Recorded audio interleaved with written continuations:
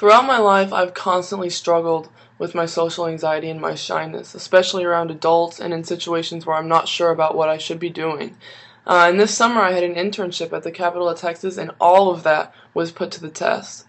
I was interning for Senator Jane Nelson, and she was the one this summer who was trying to push those really controversial abortion bills through the Senate. She was the one who was opposed to Senator Wendy Davis, who's now running for governor.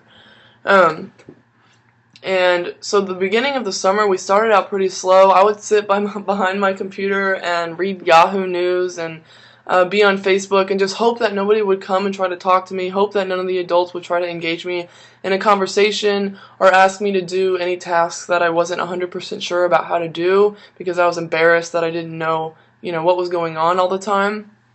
But when Jane Nelson stood up before the Senate and said, I'm going to be the one to spearhead these abortion bills this summer, and I'm going to be the one to push these through, things got nuts. We started getting death threats over the voicemail, over emails, and I was the person that was in charge of listening to these death threats and responding to them and logging them.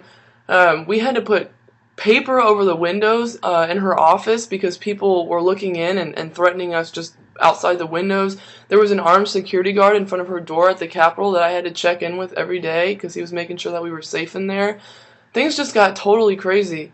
And on one day in particular, I was sitting in my office reading my Yahoo News stories, and Jane Nelson was on a televised event somewhere else in the Capitol kind of giving her spiel on these abortion bills.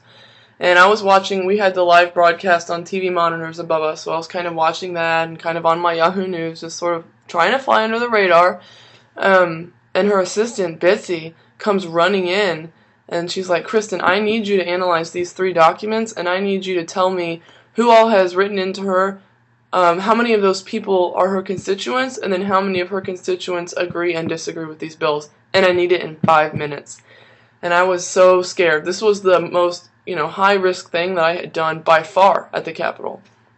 So she left, and I furiously went through the list and checked and double-checked and wrote down all the information. And when she came back, I wanted to be like, Bitsy, you should double-check, or Bitsy, please help me.